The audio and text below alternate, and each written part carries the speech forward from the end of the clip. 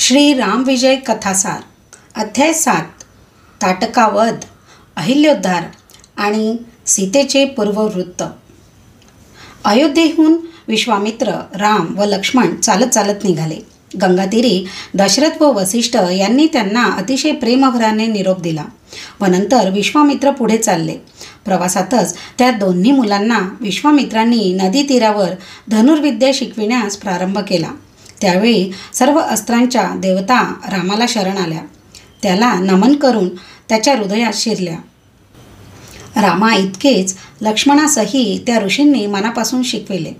तेथून पुढे सिद्धाश्रमाकडे जायचे होते। विश्वामित्र त्या दिशेने मार्गाला लागले। वाटेत रामाला म्हणाले, रामा, या वाटेने जर आपण गेलो तर ताटका आपल्याला मारेल। तिने कितीतरी साधूंना यापूर्वी मारून खाल्ले आहे, यासाठी आपण दुसऱ्या वाटेने जाऊ।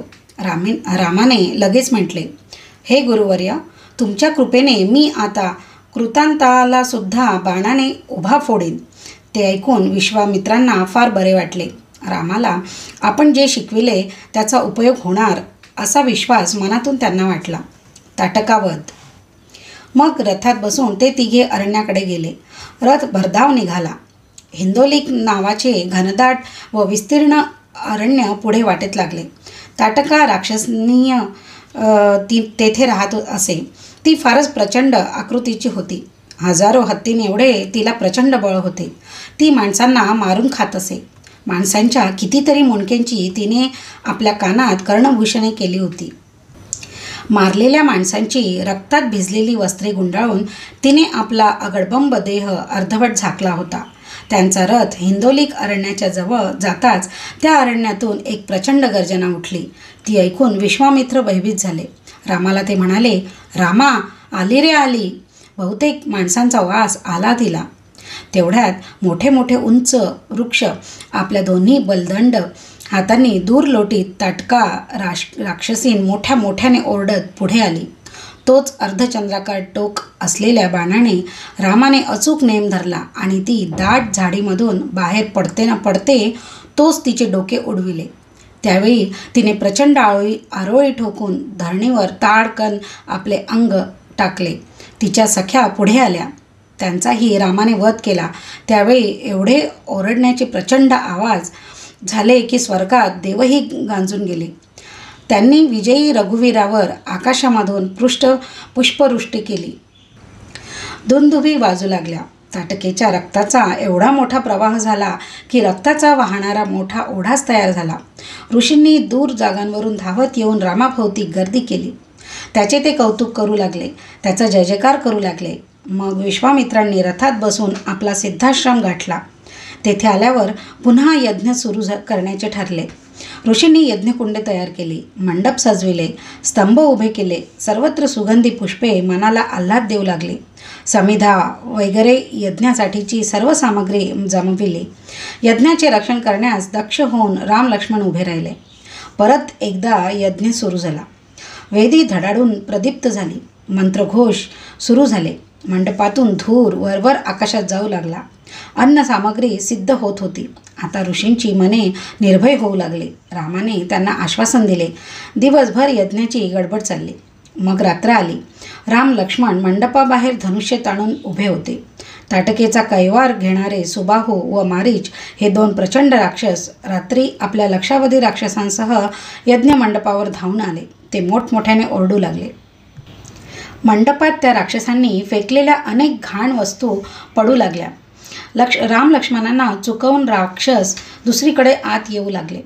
यज्ञकुंडीतील अग्नीत आहुती घालताना ऋषींचे हात भीतीने थरथर कापू लागले। काही राक्षस गगनातही उडू लागले। सर्वत्र हल्ला कल्लोळ करू लागले। राम यज्ञमंडपाच्या कळसावर चढला। त्याने आपल्या धनुष्यावर एक बाण जोडून तो मंत्र म्हणून राक्षसांवर सोडला। त्याचबरोबर एका बाणातून असंख्य बाण निघून प्रत्येक राक्षसाच्या हृदयात घुसले। तेथे जणू काही बाणांचा पाऊसच पडू लागला। राक्षसांची प्रेते धडाधड पडू लागली। ते हाहाकार करू लागले। लक्ष्मणाने त्या राक्षसांवर त्वरेने बाणांचा मारा केला। दोघांच्या बाणांनी राक्षसांच्या मस्तकाच्या लाखोल्या भूमीला वाहिल्या। सुबाहू राक्षस मोठा प्रचंड होता। तो मोठमोठ्याने गर्जना करीत रामावर धावून आला. भूमी हादरली, मंडप डळमळला, ऋषी दचकले, पण रामाने एक बाण असा मारला की सुबाहूच्या कंठाचा बरोबर छेद झाला. त्याचे मस्तक दूर उडून पडले. ते पाहून राक्षस भयभीत होऊन पळू लागले. तोच त्यांना परत फिरवून मारीच राक्षस रामावर धावून आला. त्याला रामाच्या त्याच बाणांच्या फटक्याने मारीच जो उडाला तो जाऊन समुद्रात पडला. तिथून तो मायावी शक्तीने लंकेत रावणाकडेच लगेच गेला. त्याने रावणाला रामाचा पराक्रम सांगितला. राम हा आदिपुरुषच वाटतो. तो फार भयंकर आहे. आता आपली धडगत नाही. रावण हे ऐकून मनात दचकला. इकडे यज्ञ यशस्वीपणे समाप्त झाला. रात्री विश्वामित्र राम लक्ष्मणांसह आश्रमात निद्रा घेत होते. पण लक्ष्मण मात्र जागाच होता. अयोध्येतील आठवणी त्याला सारख्या येत होत्या. कौसल्याची आठवण येत होती. बाबांची आठवण येत होती. तो रडू लागला. थोड्या वेळाने राम जागा झाला. ते दोघे घराच्या आठवणी काढू लागले. त्यांना चैनच पडेना. त्यांची आपापसातली बोलणी ऐकून विश्वामित्र जागे झाले. त्यांचे सांत्वन करीत ते म्हणाले, रामा, लक्ष्मणा, आता आपण मिथिला नगरीकडे आधी जाऊ. तेथे जनक राजा राज्य करतो आहे. त्याची कन्या सीता हिचे स्वयंवर आहे. मला बोलवणे आलेले आहे. जाताना वाटेत पुष्कळ नवनवे प्रदेश पाहू, नद्या पाहू, आश्रम पाहू. स्वयंवर झाले की अयोध्येस जाऊ. विश्वामित्रांच्या बोलण्याने रामलक्ष्मणांचे समाधान झाले. अहिल्योद्धार. मग सकाळी उठून तेथील अन्य ऋषींचा प्रेमाचा निरोप घेऊन रघुकुमार विश्वामित्रांसह पुढील प्रवासासाठी निघाले. ते अनेक आश्रम पाहत चालले होते. त्यांच्याबरोबर अनेक ऋषीही आले. सर्वजण आता पायी चालले होते. विश्रांती घेत, फलाहार करीत ते पुढे जात होते. एका ठिकाणी एक मोठी शिळा दिसली. ती माणसासारखी दिसत होती. वाटेतच पडली होती. तेवढ्यात वायूने धूळ उडू लागली. वाटचालीने रामाच्या पायावरही धूळ चढलेली होती. त्यातील काही कण वाऱ्याने उडाले व जाऊन त्या शिळेवर पडले. तेव्हा शिळा अचानक थोडी थोडी हालू लागली. ते पाहून सर्वजण चकित झाले. शिळा हळूहळू थरथर कापू लागली. तिथून एका अत्यंत सुंदर स्त्रीची सजीव आकृती दिसू लागली. थोड्याच वेळातच तेव्हा तेथे असलेली शिळा दिसेनाशी होऊन तिथे एक सुंदर साध्वी ऋषीपत्नी दिसू लागली. तिने पटकन पुढे येऊन त्या सर्व ऋषी मंडळींना नमस्कार केला. मग रामाने विचारले, हे गुरुवर्या, ही कोण? हिची येथे शिळा कशी झाली होती?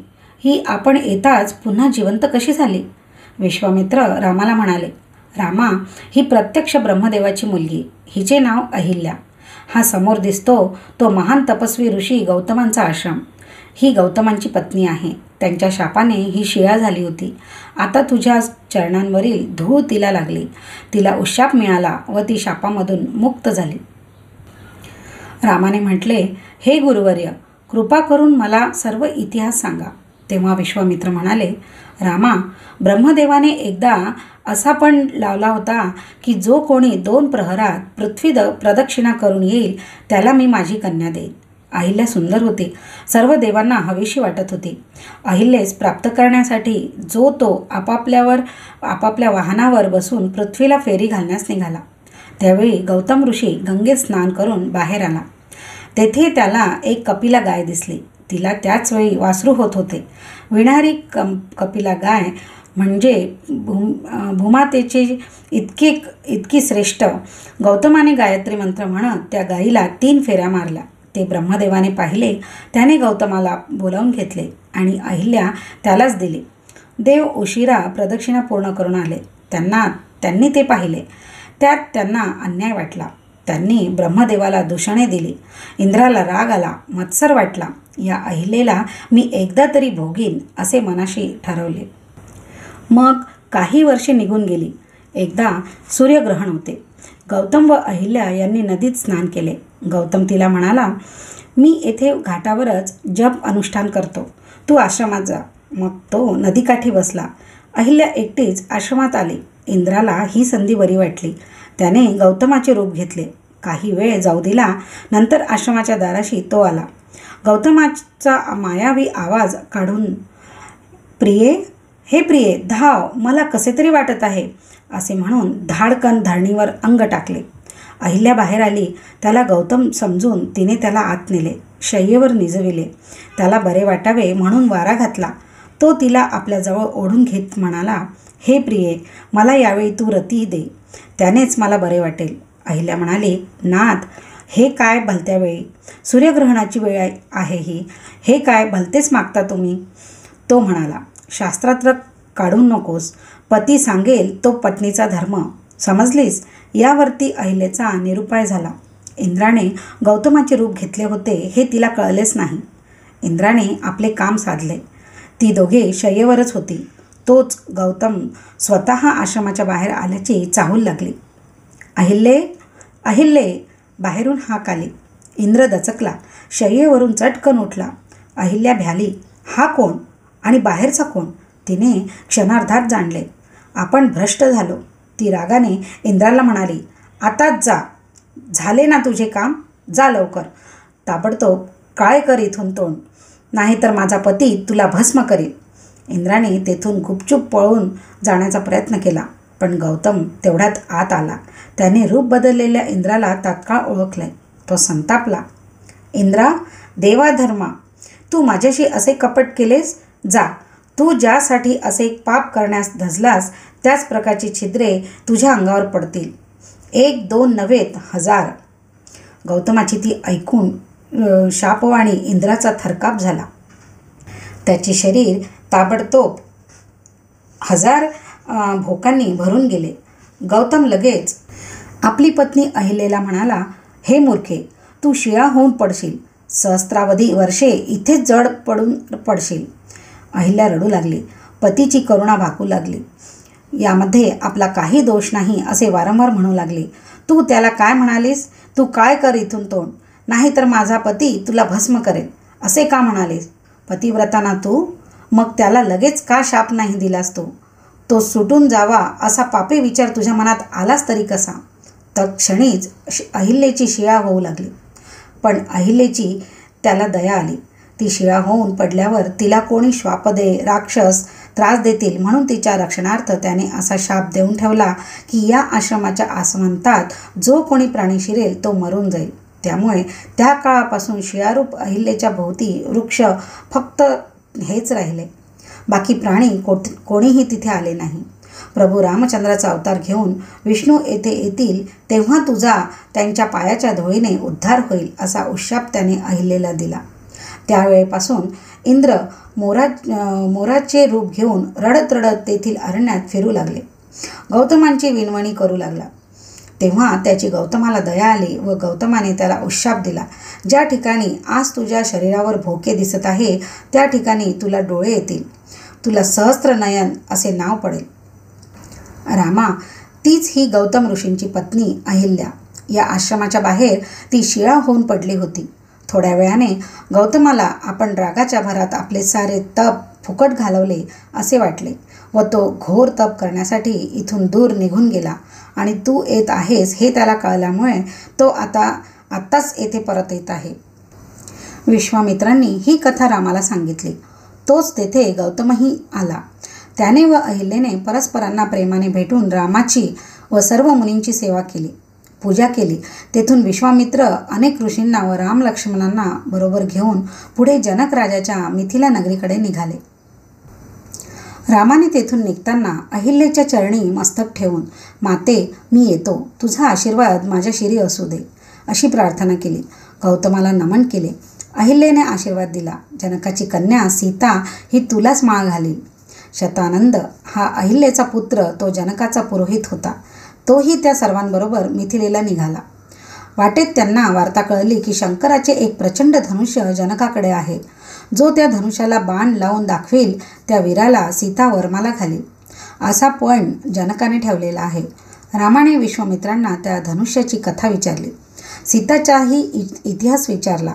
तिचा जन्म कसा झाला ते विचारले आणि नंतर विश्वामित्र म्हणाले, सीतेचे पूर्ववृत्त. रामा, पद्माक्ष नावाचा एक राजा पूर्वी होता. त्याने फार मोठे तप केले आणि लक्ष्मीला प्रसन्न करून घेतले. लक्ष्मी प्रसन्न होऊन त्याला म्हणाली, हे राजा, तू मला हवा तो वर माग. राजा म्हणाला, तू माझी कन्या होऊन माझ्या मांडीवर खेळावे अशी माझी इच्छा आहे. लक्ष्मी त्याला म्हणाली, हा विचार बरा नाही. तू पुन्हा एकदा विचार कर. मी तुझ्या घरी जर आले तर माझ्यामुळे तुझ्यावर अनेक संकटे येतील. त्यातून मी माझे स्वामीनारायण यांच्या अधीन, त्यांना विचार. राजाने नारायणाची मनोभावे आराधना केली. नारायण त्याला प्रसन्न झाला. त्याने राजाला एक फळ दिले. ते राजाने आपल्या घरी नेऊन ठेवले. त्यातूनच 9 महिन्यांनी एक कन्या प्रकट झाली. ती जसजशी वाढू लागली तसतशी तिच्या सौंदर्याने अनेक तरुण राजांना ती हवीशी वाटू लागली. ते पद्माक्षाला तुझी मुलगी मला दे म्हणून छळू लागले. राजा म्हणाला, ज्याचे शरीर निळे असेल त्याला माझी मी ही कन्या देईल. कोणाचे शरीर निळे नसल्यामुळे राजांना ही आपली चेष्टा आहे असे वाटले. त्यांनी पद्माक्षाबरोबर युद्ध केले. त्याला सर्वांनी मिळून मारले. ती कन्या त्याचवेळी यज्ञकुंडात शिरली. तिथून ती ब्रह्मारण्यात बाहेर पडली. रावण त्यावेळी तेथून जात होता. त्याने तिला पाहताच तिला पकडण्याचा प्रयत्न केला, पण ती परत जाऊन यज्ञकुंडात लपली. रावणाने यज्ञातील सर्व अग्नी विझवला, पण ती त्याला सापडलीच नाही. पण त्याला 5 रत्ने सापडली. ती मात्र त्याने घरी नेली व एका पेटीत ठेवली. मंदोदरीला तो म्हणाला, हे प्रिये, मी तुझ्यासाठीच 5 मोलाची रत्ने आणली आहेत. ती त्या पेटीत आहेत. मंदोदरी पेटी उचलू लागली तर पेटी तिला काही केल्या उचलेना. अहो, हे काय, रत्ने एवढी जड कशी? रावण हसत पुढे आला. त्याने पेटी उघडली. पाहतो तो काय, आत 5 वर्षे वयाची सुंदर बालिका दिसली. ती पाहताच मंदोदरी भिवून म्हणाली, नाथ, ही कन्या म्हणजेच पद्माक्षाची अवलक्षणी मुलगी असावी. तुम्ही हिला आपल्या लंकेत अजिबात ठेवू नका. लवकर दूर नेऊन ही पेटी कुठेतरी टाकून द्या. रावणाने पुष्कळ राक्षसांना ती पेटी उचलायला सांगितले. कष्टाने त्यांना ती पेटी उचलली. जा, तो मिथिलेचा राजा जनक आहे. त्याच्या राज्यात कुठेतरी दूर ही पेटी नेऊन ठेवा, त्याने राक्षसांना सांगितले. जनकाच्या राज्यात एका ब्राह्मणाला जनकाने शेत दान दिले होते. पद्माक्ष राजाच ब्राह्मणाच्या जन्माला आला होता. योगायोगाने राक्षसांनी ती पेटी त्याच्याच शेतात पुरून ठेवली. पण ती पेटी प्रथम राक्षसांनी जेव्हा उचलली तेव्हा आतून ती कन्या लंकेतल्या लोकांना व रावणाला उद्देशून म्हणाली होती, हे रावणा, मी पुन्हा इथे येईन. त्यावेळी तुझा व तुझ्या लंकेचा नाश करेन. लक्षात ठेव. ते वाक्य ऐकून रावण दचकला होता. अशी ही कन्या त्या पेटीत त्या शेतात होती. ब्राह्मणाने दुसऱ्या दिवशी आपल्या शेतात नांगर लावला. त्याला ती मोठी पेटी सापडली. त्याने ती उघडली. तो आत ही तेजस्वी कन्या. तो चकित झाला. त्याने जनकाकडे जाऊन राजाच्या हवाली ती कन्या केली. राजा म्हणाला, मी या कन्येचा प्रतिपाळ करीन. मला ही कन्या दे. ब्राह्मणाने आनंदाने ती कन्या त्याला दिली. रामा, तीच ही सीता. पुढे काही दिवसांनी एकदा परशुराम जनकाकडे आले होते. त्यांनी आपल्या जवळचे शिवधनुष्य बाहेर काढले. जनक व ते प्रसादात भोजन करीत होते. तेवढ्यात सीता कोठून तरी आली. तिने ते बाहेर ठेवलेले धनुष्य पाहिले. ते घेऊन ती घोडा करून खेळू लागली. प्रसादाच्या अंगणात गेली. भोजन झाले. परशुराम बाहेर आले. शिवधनुष्य तेथे ठेवल्या जागी त्यांना दिसेना. एवढे जड धनुष्य कोणी नेले ते आश्चर्य करू लागले. तोच अंगणात सीता त्या धनुष्याचा घोडा करून हाकलत होती. जनकही तेवढ्यात आला. त्याला पाहताच धनुष्य टाकून सीता आत पळाली. मग ते धनुष्य उचलण्याचा अनेक सेवकांनी प्रयत्न केला, पण आजपर्यंत कोणीही ते उचलू शकला नाही. तेव्हा परशुरामाने जनकाला म्हटले, राजा, हे शिवधनुष्य जो उचलील व ह्याला जो बाण लावेल त्या बलवान वीरालाच तू ही सीता अर्पण कर. एवढ्या लहानपणी हिची एवढी शक्ती आहे म्हणून तिला योग्य वरही तसाच सर्वश्रेष्ठ पाहिजे. परशुरामांनी ते धनुष्य तेथेच ठेवले व जनकाला म्हणाले, माझे अवतार कार्य बहुतेक झालेले दिसते. मी आता बदरिकाश्रमात जातो. विश्वामित्र म्हणाले, रामा, तुझेच सर्व चरित्र आहे हे. माझ्या मुखाने ऐकण्याची तुझी इच्छा आहे ना, म्हणूनच मी सांगितले. बस एवढेच. विश्वामित्रांनी ही कथा सांगितली व ते राम लक्ष्मणांना घेऊन तसेच शतानंदासह व काही ऋषींसह मिथिलेच्या मार्गाने जाऊ लागले. मिथिला नगरीत काय घडले ते आता आपण पाहूया. अध्याय 7 समाप्त. अध्याय 8 सीतेचे स्वयंवर. जनकाने देशोदेशींच्या राजांना स्वयंवरासाठी बोलविले होते. तसेच दशरथाकडेही निमंत्रण गेले होते. पण राम लक्ष्मण जवळ नव्हते, त्यामुळे दशरथ विरही होता. त्याचे सर्व लक्ष राम लक्ष्मण केव्हा परत येतील इकडे लागले होते. तो संचित बसला. इकडे विश्वामित्र जनकाच्या मिथिला नगरापर्यंत आले. हे वृत्त कळताच राजा स्वतः त्यांना सामोरा गेला. दिव्य असे कितीतरी ब्राह्मण व ऋषी त्यांच्याबरोबर होते. राजाने सर्वांना वंदन केले. त्याने राम लक्ष्मणांकडे पाहून ते कोण अशी चौकशी केली. विश्वामित्र म्हणाले, राजा अयोध्येचा राजा दशरथ यांचे हे दोघे मुलगे.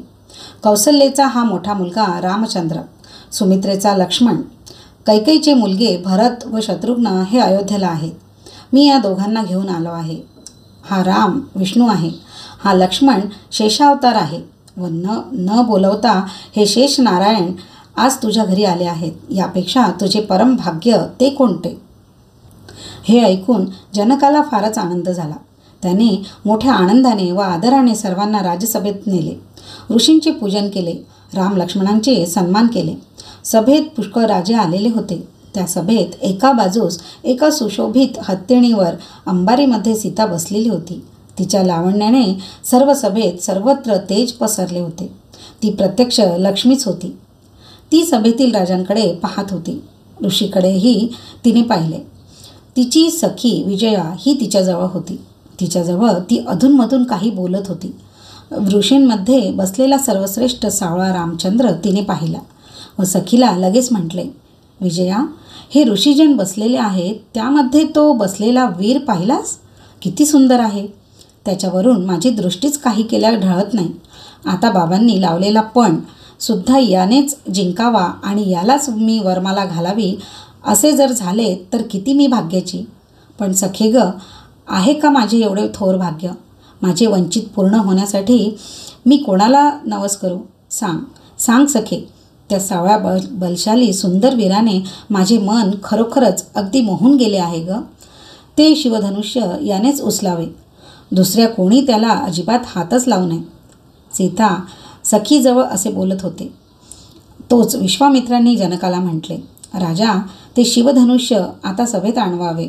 स्वयंवरासाठी राजे जमले होते.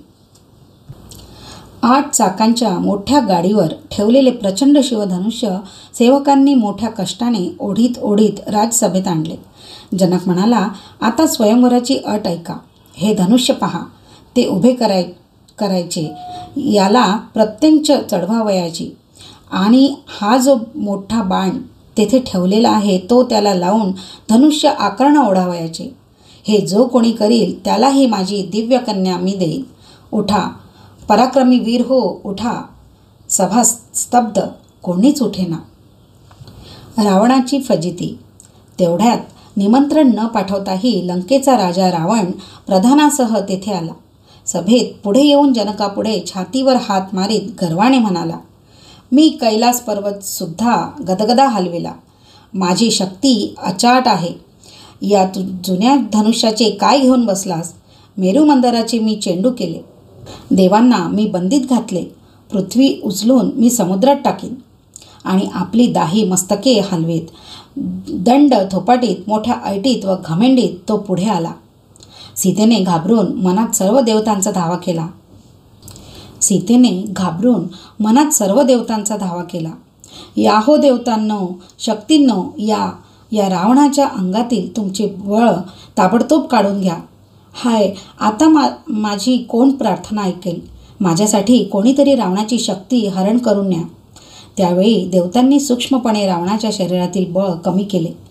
रावणाने ऐटीत ते धनुष्य फक्त उचलले, पण त्याला ते इतके जड झाले की ते त्याच्या अंगावर धाडकन कोसळले व तो उताना पडला.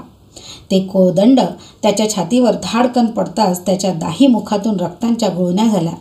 तो केविलवाने ओरडू लागला, हे जनका, हे चाप उचल. मी आता याने मरणार. अरे पाहता काय? तुम्ही मला यातून कोणीतरी सोडवा, नाहीतर कुंभकर्ण व इंद्रजित येऊन तुमचा नाश करतील. याद राखा. अशा या स्थितीत त्याचे प्राण कासावीस झाले. पण धनुष्य कोण उचलणार? हे नसते प्राण संकट कोण स्वतःच्या अंगावर ओढवून घेणार? सर्वजण रामाकडे पाहू लागले. विश्वामित्राने रामाला उठायला सांगितले. राम नम्रपणे पुढे आला. सीता मनातल्या मनात जनकाला दोष देऊ लागली. एवढा कठीण पण कशाला केला? ही वरमाला या वीरासाठीच आहे. तो पण रद्द करून माझा विवाह रामाशीच का करून देत नाही माझे बाबा? देवतांनो, तुम्ही सर्वांनी माझ्यासाठी या नरश्रेष्ठाला तुमचे सर्व बळ द्या. हे ऐकून हलके होऊ दे. आणि धनुष्य हलके झाले. ती अशी प्रार्थना करीत होती आणि राजेही तशीच प्रार्थना करीत होते. राम सर्वांच्या समक्ष पुढे आला. रावणाच्या अंगावरूनच त्याने ते प्रचंड शिवधनुष्य अगदी सहजच उचलले. चपळ लहान आकाराच्या सिंहाने मोठ्या हत्तीला उचलावे तसे, आणि रावणाला मृत्यूच्या संकटातून सोडविले. ते धनुष्य त्याने ताणून त्याला अगदी सहजच बाण लावला. तोच ते धनुष्य कडकड कडकड असा मोठा ध्वनी करून मोडून खाली पडले. त्याच क्षणी सभेत त्याहूनही मोठा जय जयकाराचा ध्वनी उमटला. त्यावेळी रावण आपल्या सर्व प्रधानांसह सभेतून खाली मान घालून निघून गेला. त्याचा झालेला तो अपमान काय सांगावा. सभेत एकच हर्षध्वनी उठला. सर्वजण रामाचा जय जयकार करू लागले. सीता विवाह. नंतर विश्वामित्रांनी पुढे जाऊन अत्यंत प्रेमाने रामाला आलिंगन दिले. गुरु शिष्यांची ती भेट फार अद्वितीय होती. हत्तीनीवरून सीता खाली उतरली. तिचे सर्व अंग प्रेमाने थरथरत होते. लज्जेने तिचे मुख आरक्त झाले होते. पायाखालची भूमी तिला दिसतच नव्हती. हातातील पुष्पमाळ केव्हा एकदा रामचंद्राच्या कंठात घालीन असे तिला झाले होते. भूमीला धन्यता वाटली. आपली कन्या नारायण स्वरूपी रामाला माळ घालणार यामुळे ती मनाने फुलून आली. सर्व सभाजन त्यांना आशीर्वाद देत होते. जनक आनंदाने डोळ्यात अश्रू येऊ केवळ पाहतच राहिला. त्याला काही सुचेना. सर्व ऋषींनी हात वर करून धन्य जानकी, धन्य गुरु रघुनंदना असे धन्यदार काढले. हंसगतीने जानकी चालत चालत रामाकडे गेली. तिच्या पायातले नुपूर रुणझुण वाजत होते. ती पुढे झाली. रामचंद्राच्या गळ्यात माळ घालून सीतेने रामाला वरिले आणि दुसऱ्या क्षणी त्याच्या चरणी ती नम्र झाली. सभेतून साधू साधू असा जय जयकार निनादला. जनकाला संतोष झाला. जनकाला विश्वामित्रांनी यथायोग्य शुभ मुहूर्तावर विवाह सोहळा करण्यास सांगितले. दशरथाकडे हा आनंददायी संदेश गेला. अयोध्येतून सर्व थाटमाट करून दशरथ, ऋषी वसिष्ठ, सुमंत्रादी प्रधान, तिन्ही राण्या व भरत व शत्रुघ्न पुष्कळ मानकरी व सैन्य घेऊन निघाले. ते मिथिला नगरीत पोहोचले तेव्हा भरत व शत्रुघ्न यांची रूपे रामलक्ष्मणासारखीच दिसल्यामुळे लोकांना फारच आश्चर्य वाटले. जनकाने सामोरी जाऊन वराडी मंडळींचे मनापासून आनंदाने व खूप थाटाने आतिथ्य केले. भरत व शत्रुघ्न हे रामलक्ष्मणांना खूप दिवसांनी भेटले. रामाला पाहून कौसल्येला मनातून प्रेमाचे भरते आले. दशरथाच्या पाया पडून रामलक्ष्मणाने गुरूंना व मातांना वंदन केले व आदराने मंत्र्यांची विचारपूस करू लागली. वसिष्ठ व विश्वामित्र आणि शतानंद जनकाबरोबर चर्चा विचार करून विवाह सोहळा कसा करायचा ते ठरवू लागले.